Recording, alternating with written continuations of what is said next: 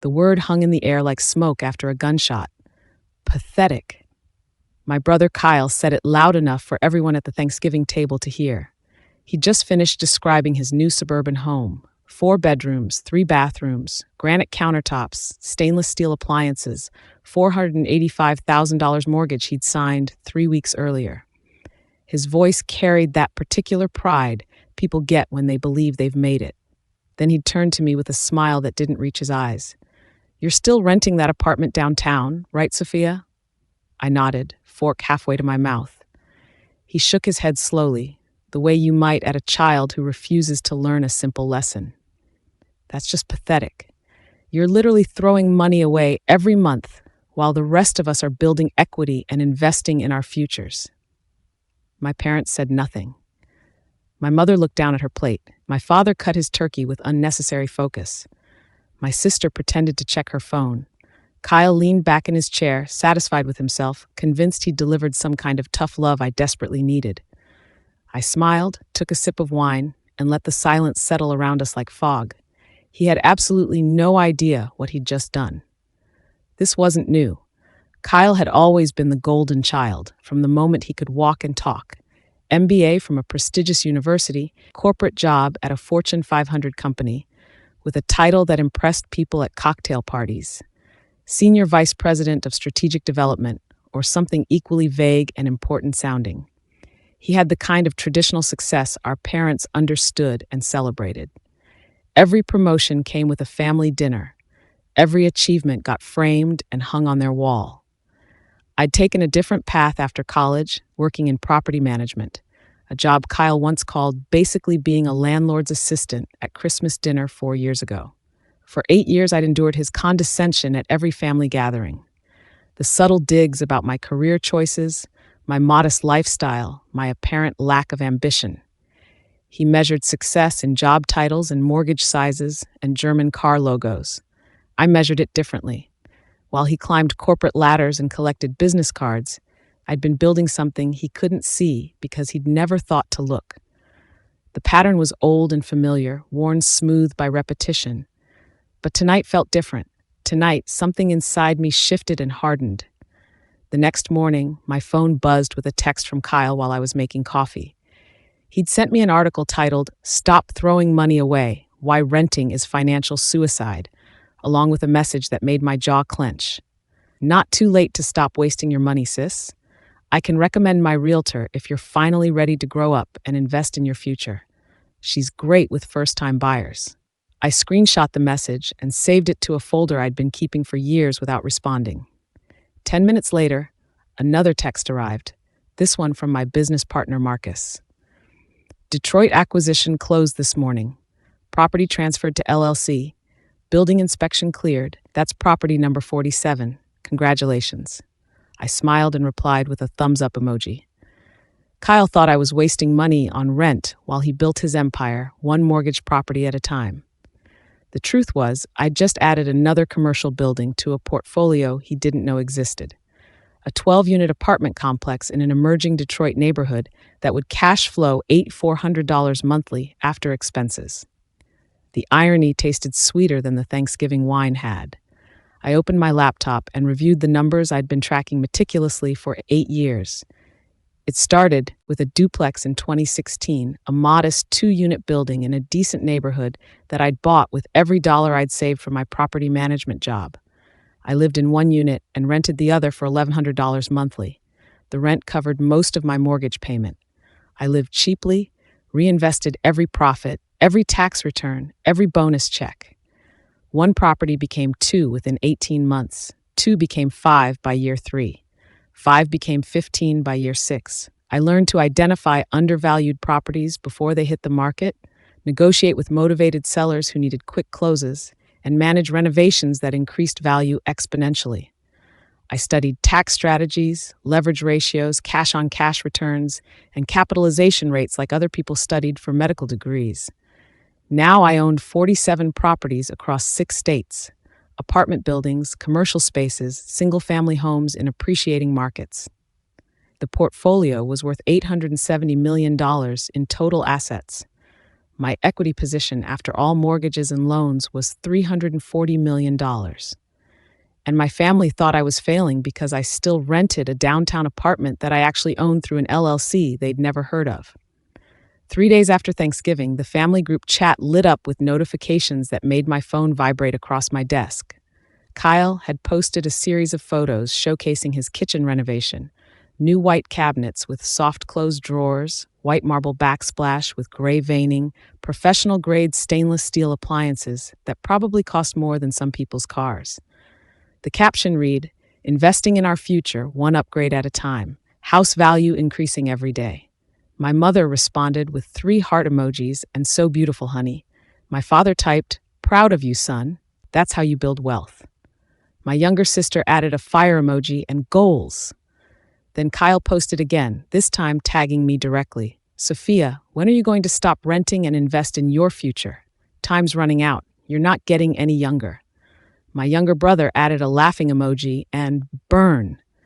I watched the messages pile up, each one another small cut I'd learned to ignore over the years. They saw my rental apartment and 10-year-old car and assumed failure. They saw Kyle's leveraged lifestyle and assumed success. The gap between their perception and my reality had never felt wider or more absurd. I muted the chat without responding and went back to reviewing a property acquisition proposal in Phoenix.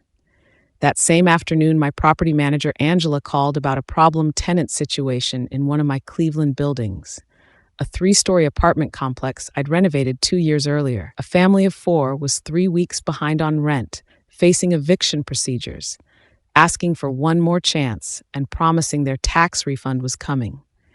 I listened to the details carefully, reviewed their payment history on my computer, checked their previous communication records. They'd been good tenants for 14 months before this. "Give them 2 weeks," I said after thinking it through. "If they can pay half now and half in 2 weeks, we'll work with them and waive the late fees." Angela agreed it was fair and hung up to call them with the news.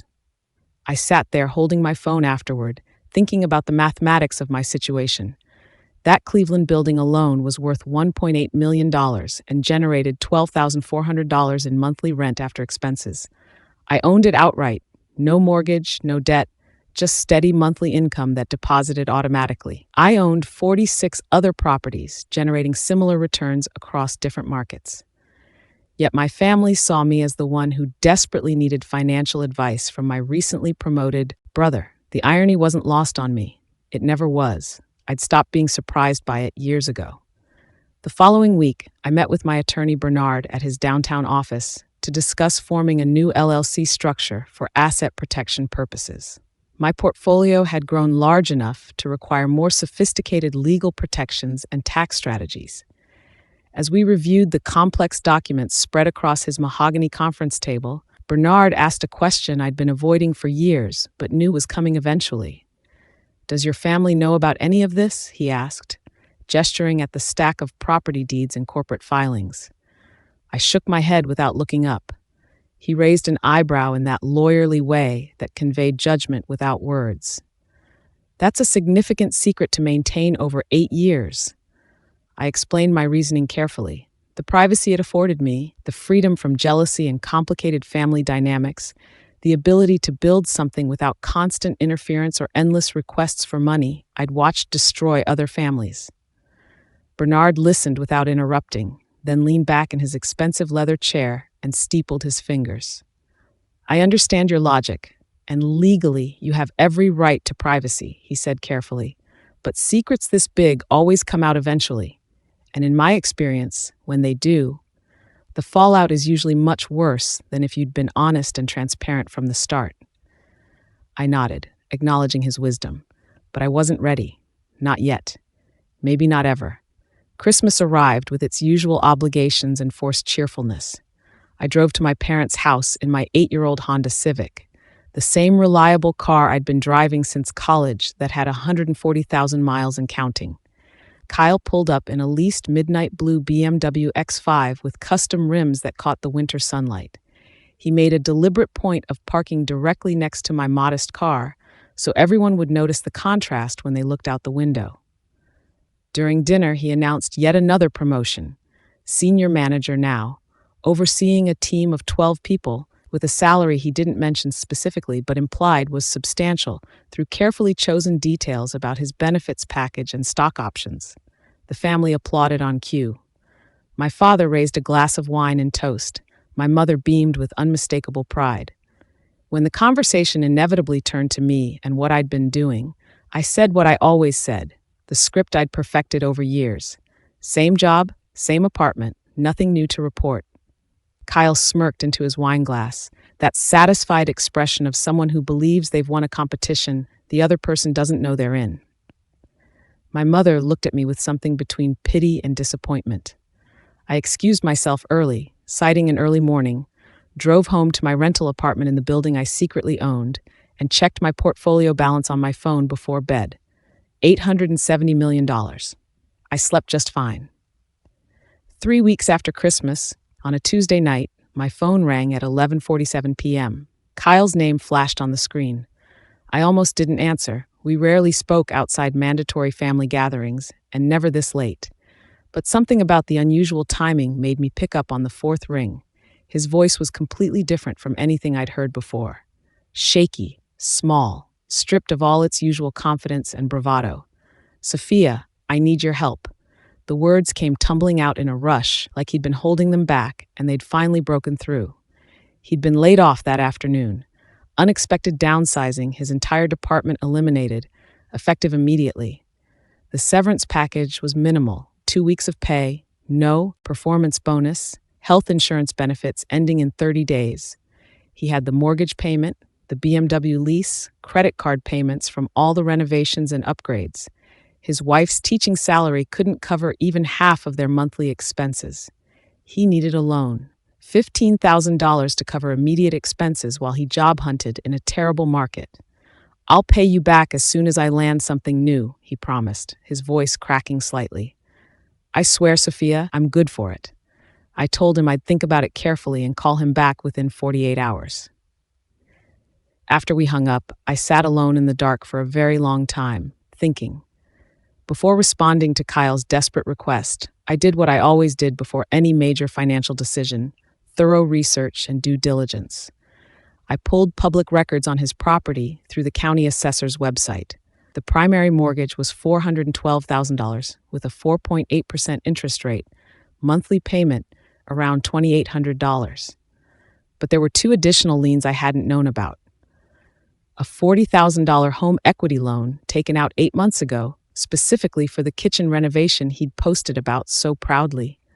A $23,000 personal loan from 6 months before that for bathroom upgrades and new furniture. I made casual inquiries through family channels, asking my sister innocent questions about Kyle's lifestyle. The BMW lease was $847 monthly. Credit card debt from furniture, big screen televisions, a backyard renovation, vacations to Cancun and Colorado, he documented extensively on social media for everyone to admire. When I tallied everything up in a spreadsheet, Kyle was carrying approximately $380,000 in consumer debt beyond his mortgage. He'd been living a lifestyle his corporate salary could barely support, propped up entirely by credit and the assumption that promotions and raises would continue indefinitely. Now that salary was gone, and the entire house of cards was collapsing. The golden child was drowning. And somehow, he'd called me, the pathetic sister who wasted money on rent, for a life raft. I called Kyle back exactly 48 hours later, on Thursday evening at 7:30. "I'll loan you the $15,000, I said without preamble. Interest-free.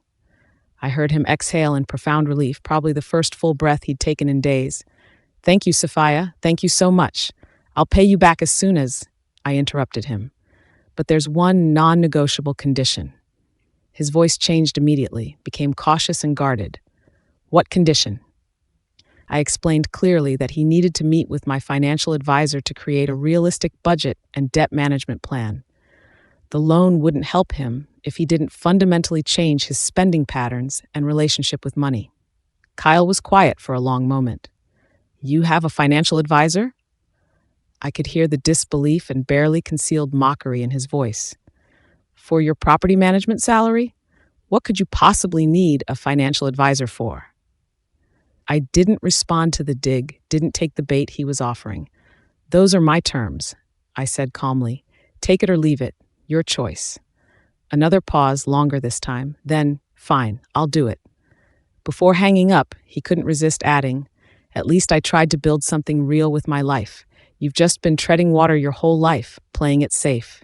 I let him have the last word. He'd earned it. Or thought he had. The meeting was scheduled for the following Tuesday at 2 p.m. I gave Kyle the address, a private banking firm in the financial district downtown, the kind of building with marble lobbies and security guards and art that cost more than cars. When he arrived, looking nervous in a suit he'd probably worn to job interviews, I was waiting in the lobby with a woman named Patricia Chen, who I introduced as my financial advisor. Kyle shook her hand, clearly confused and uncomfortable about why we were meeting at an exclusive bank instead of a Starbucks like normal people. Patricia led us to a small conference room on the 15th floor with floor-to-ceiling windows overlooking the city. Kyle kept glancing around, taking in the marble floors, the original oil paintings, the obvious wealth that permeated every surface and decision. I thought we were just going to talk about my budget, he said uncertainly. We are, Patricia replied smoothly, opening a leather portfolio. But I prefer to meet clients in a professional setting. It helps establish the seriousness of financial planning. She began asking Kyle detailed questions about his debts, his monthly expenses, his job search timeline, and prospects. He answered honestly, clearly embarrassed but too desperate to lie. I sat quietly and watched him squirm, feeling absolutely nothing. As the meeting wrapped up after 45 minutes of uncomfortable financial honesty, Kyle excused himself to use the restroom down the hall. Patricia and I were alone for maybe 30 seconds, discussing his debt-to-income ratio, when another banker entered the room without knocking. He was older, distinguished, silver-haired, wearing a suit that probably cost $5,000. Miss Torres, he said, addressing me directly with familiar warmth. Your quarterly portfolio review is ready. All the documents are prepared. Conference room 3 whenever you're available this afternoon. I felt my stomach drop like an elevator with cut cables. Thank you, Harrison, I said quietly, trying to keep my voice steady. I'll be there shortly. He nodded professionally and left, closing the door behind him. 10 seconds later, Kyle walked back into the room. His eyes were sharp, focused, no longer carrying the defeated look he'd had for the past hour. Who's Miss Torres? He asked slowly. I scrambled for a plausible explanation. That's my professional name, for business purposes. Some clients prefer formality. Kyle wasn't buying it. His expression had changed completely. What quarterly portfolio review? His voice was rising now, gaining strength. What the hell is actually going on here, Sophia? Patricia looked at me, waiting for permission to speak or explain. I shook my head slightly, almost imperceptibly. Kyle saw the exchange and his face hardened. Kyle's face was changing rapidly, shifting through confusion, dawning suspicion, and something much sharper and more dangerous. Why is a senior banker talking to you about quarterly portfolio reviews? He was connecting dots now, pieces falling into place that he'd never bothered to look for before, because his assumptions about me were so fixed and certain. It's just my retirement account, I said, but the lie sounded pathetically weak, even to my own ears. Kyle stared at me, then at the conference room with its expensive furniture and original artwork, then back at me with new eyes. You don't meet in private banking firms for a basic retirement account, he said slowly, working through the logic. And you don't need quarterly reviews unless you have significant assets under management. He stopped. His eyes widened. The apartment you rent, that nice building downtown with the doorman and the gym. You own it, don't you? I said nothing. My silence was its own answer. Kyle stood up abruptly, his chair scraping loudly against the floor. How much? His voice was barely controlled now. How much do you actually have, Sophia? How long have you been lying to us? I looked at Patricia. She closed her folder quietly, sensing this was no longer a financial planning session. I think we should continue this conversation another time, I said carefully. But Kyle wasn't leaving. Kyle moved to physically block the door, his body tense with an anger I'd never seen before. No, we're absolutely doing this right now. How many properties do you actually own? I could have lied. I could have walked past him and left. Instead, I made a choice. The secret was already out. The only question was how far out it would go. A few, I said carefully, choosing my words like steps across a frozen lake. Define a few. His hands were shaking. I took a breath and made another choice. Maybe a dozen. The number hung between us like smoke. Kyle's face went through several expressions at once: shock, confusion, anger, betrayal, disbelief. A dozen properties, he repeated slowly, testing the words. You own a dozen rental properties and you let me lecture you about building equity for 8 years? You let me call you pathetic at Thanksgiving in front of our entire family? His voice was getting louder now. You've been lying to us this whole goddamn time? I stood up, keeping my voice level and calm. I haven't lied about anything. I just haven't shared of my financial situation, which is my right as an adult. Kyle laughed, but it wasn't remotely a happy sound. This is completely insane. You've been pretending to be broke while secretly... He couldn't finish the sentence. He grabbed his coat from the chair and walked out without another word, slamming the door behind him. The sound echoed. The family group chat exploded within an hour. Kyle had told our parents everything, or at least everything he thought he knew, which was still only a fraction of the whole truth. The messages came in rapid succession, one after another, my phone vibrating continuously. My mother: Sophia, is this true? Do you really own properties? Why didn't you tell us? My father: we need to talk about this as a family, this weekend. My younger sister: why didn't you tell us? I don't understand. Kyle's message was by far the longest, typed in obvious anger. She's been lying to all of us for years, made me look like a complete fool while she was secretly some kind of real estate mogul. She let me lecture her, let me give her advice about investing, let me think she was failing at life. This is sick. This is actually sick. I don't even know who she is. The messages kept coming. Questions, accusations, demands for explanation, expressions of hurt and confusion. I read them all, feeling the weight of 8 years of secrecy pressing down on my chest like water. Then I muted the chat completely. I wasn't ready to defend myself or my choices, not to people who'd never once asked about my actual life in the first place. They'd made assumptions, and I'd let them. Now they were angry about being wrong. My father called that evening while I was making dinner.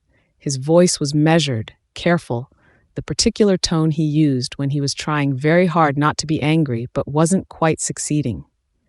Your mother and I need to understand what's actually happening, he said without greeting or small talk. Kyle says you own a dozen properties. Is that accurate? I confirmed it was. How is that even possible on a property manager's salary? The numbers don't make sense. The question contained an accusation I'd heard in various forms my entire life, that I hadn't made the right choices, pursued the right career, lived up to the expectations they'd set. I made smart investments, I said simply, starting 8 years ago when I bought my first duplex. My father was quiet for a moment. We'd like you to come over this weekend, Saturday afternoon. Bring documentation. We want to see proof of what you're claiming. The word proof stung more than it should have. After 8 years of being dismissed and condescended to, they didn't believe me even now. Fine, I said, but only if everyone agrees to listen without judgment. No accusations. No interruptions. You want answers? You let me speak. My father agreed to my terms. I hung up, knowing that nothing would ever be the same. The secret was out now, but they still didn't understand the full picture. And that picture was about to get so much bigger than anyone expected. Saturday arrived cold and gray, threatening snow. I drove to my parents' house with my laptop, a thick folder of printed documents, and a feeling of dread I couldn't shake, no matter how much I told myself I'd done nothing wrong. Kyle was already there, sitting at the dining room table with his arms crossed and his jaw set. My parents sat on either side of him like judges. My younger sister joined remotely via video call from her apartment across town. I opened my laptop and pulled up the comprehensive spreadsheet I'd been maintaining meticulously for years. I started in 2016, I began, keeping my voice steady. I bought a duplex with my savings, lived in one unit, rented the other, reinvested the profits systematically. I showed them the timeline, how one property became two became 5, the systematic growth over 8 careful years. I scrolled to what appeared to be the bottom of the spreadsheet. 12 properties listed, complete with addresses and current valuations. The total read $2.8 million in total assets. My mother gasped audibly. My father leaned forward, studying the numbers carefully. Kyle's expression was unreadable. "That's quite impressive," my father said finally, and I heard genuine surprise in his voice. "But I still don't understand why all the secrecy." Kyle interrupted before I could respond. "That's it? 12 properties? Maybe 2 or 3 million in real estate?" His voice carried an edge I couldn't quite identify. "Why all the drama and secrecy over this? This isn't even that big a deal." I said absolutely nothing. I just moved my hand slowly to the mouse and scrolled down. The spreadsheet continued. Property 13 appeared, then 15, 20, 30. The room went completely, utterly silent. 40, 45, 47. When I stopped scrolling, the total asset value at the bottom of the screen read $870 million. The equity position after all leverage and mortgages, $340 million. My mother made a sound I'd never heard from her before, something between a gasp and a sob. My father's face went completely pale. My sister's video froze for a moment, then she whispered, "That cannot possibly be real." Kyle stood up, walked to the window, stared out at nothing, then sat back down. His face had drained of all color. $870 million, my father said very slowly, testing each word. "In real estate holdings," I nodded once, "leveraged intelligently across multiple markets, but yes." Kyle's voice came out hoarse. "This is fake. These are fake numbers. You're showing us doctored spreadsheets. This cannot be real."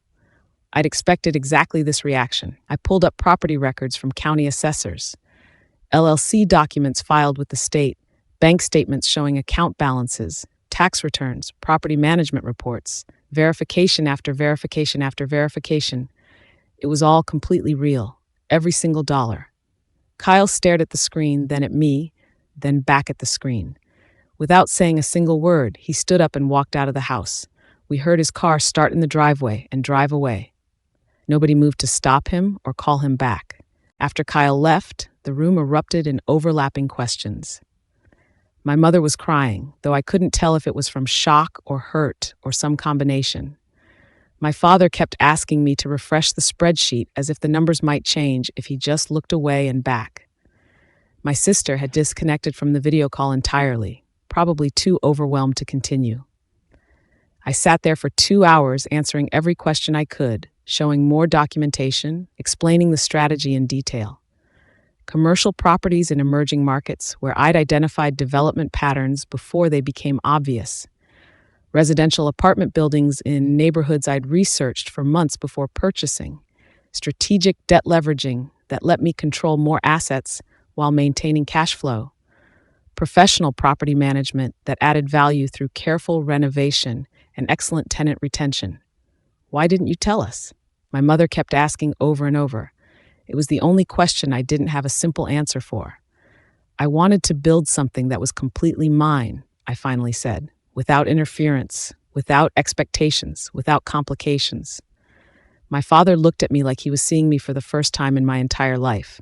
"We thought you were struggling," he said quietly. "All these years, we worried about you."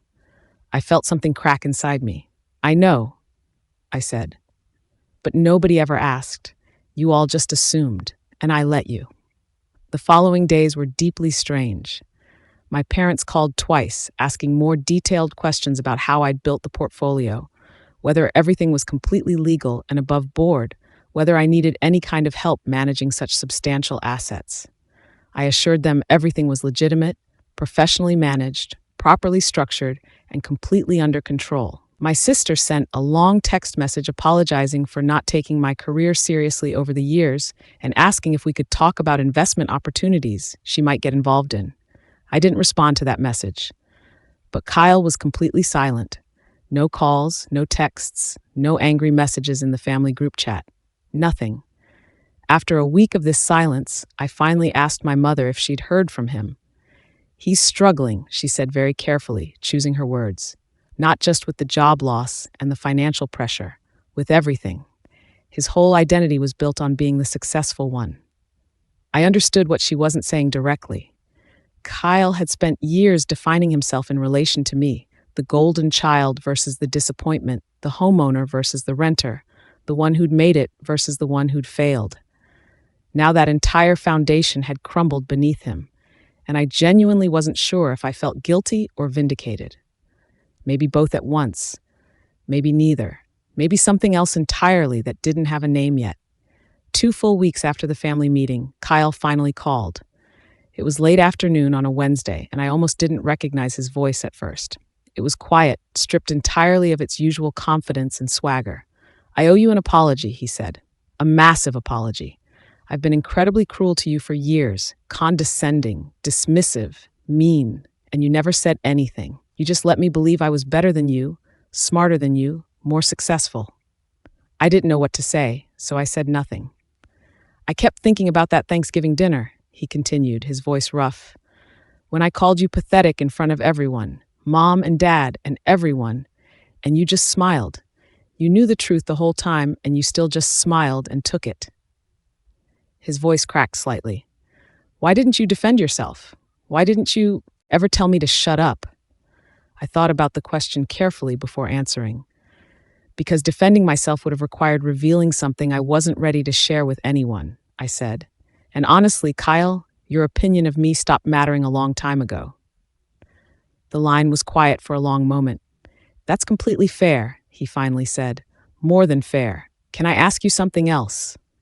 I waited. "Why did you agree to loan me $15,000 if you're worth hundreds of millions? Why not just say no? Why go through with it?" I took a deep breath before responding. "The amount doesn't matter," I said carefully. 15,000 or 15 million, the actual number is completely irrelevant. What mattered to me was whether you'd be humble enough to accept help and actually learn something from the experience. Kyle was silent, processing this. "You wanted to see if I'd change," he said slowly, working through the logic. "If losing everything would make me a different person than who I'd been." I nodded, even though he couldn't see me. "Something like that, yes. I watched you build an entire life on credit and ego and performance. The house, the car, the renovations, the vacations, all of it was just performance for other people. I wanted to know if underneath all that performance was someone who could admit they were wrong about something fundamental." Another long pause. "And?" Kyle asked quietly. "And you called me to apologize," I said. "That's a real start." We talked for another 20 minutes after that. Not about money or properties or who had achieved more or built more. Just brother and sister trying to find something genuine and real underneath years of competition and condescension and unspoken resentment. It wasn't resolution, it wasn't forgiveness, but it was honest. And that was more than we'd had in years, maybe more than we'd ever had. Before we hung up, I told Kyle something I'd never planned to tell anyone in my family. "I didn't hide my success because I was ashamed of it," I said. "I hid it because I watched what money did to our extended family when I was younger. When Grandpa died and left that inheritance, do you remember what happened?" Kyle was quiet. We both remembered perfectly. The fighting between our aunts and uncles, the accusations of manipulation and favoritism, the siblings who stopped speaking to each other entirely over furniture and bank accounts. Our family had nearly destroyed itself over $400,000 split between 5 people. I didn't want that for us, I continued. I didn't want jealousy or resentment or constant requests for money. I wanted to build something pure, without interference or expectation or obligation, without people treating me differently because of what I had instead of who I was as a person. I paused, choosing my next words very carefully.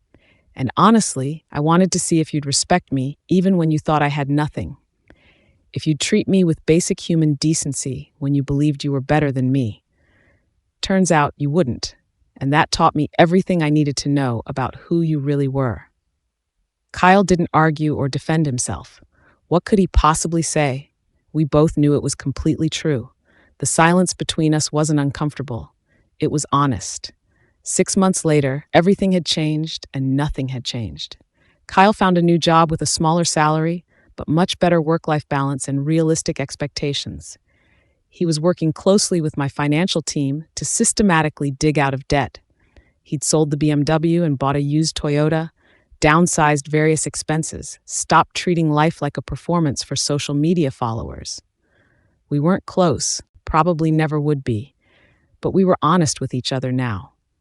That counted for something real. At a family dinner in May, Kyle stood up unexpectedly and did something that surprised everyone. He thanked me, not for the loan, which he was paying back in monthly installments he could actually afford, but for teaching him something he should have learned years earlier: that wealth isn't about what you show people or the image you project. It's about what you build quietly when nobody's watching. I smiled and raised my glass to him. After dinner, I drove back to my rental apartment in my 10-year-old Honda Civic. I still lived modestly, still drove the same reliable car, still personally managed my properties, checking on tenants and handling maintenance issues and reviewing monthly reports. The difference was that now my family knew the truth about who I was and what I'd built. And somewhere along the way, I'd realized something important. I didn't need their approval anymore. Maybe I never actually had. The empire was never built for external validation or family pride. It was built because I could, because I was smart and disciplined and patient enough to see it through over 8 long years. And that had always been enough.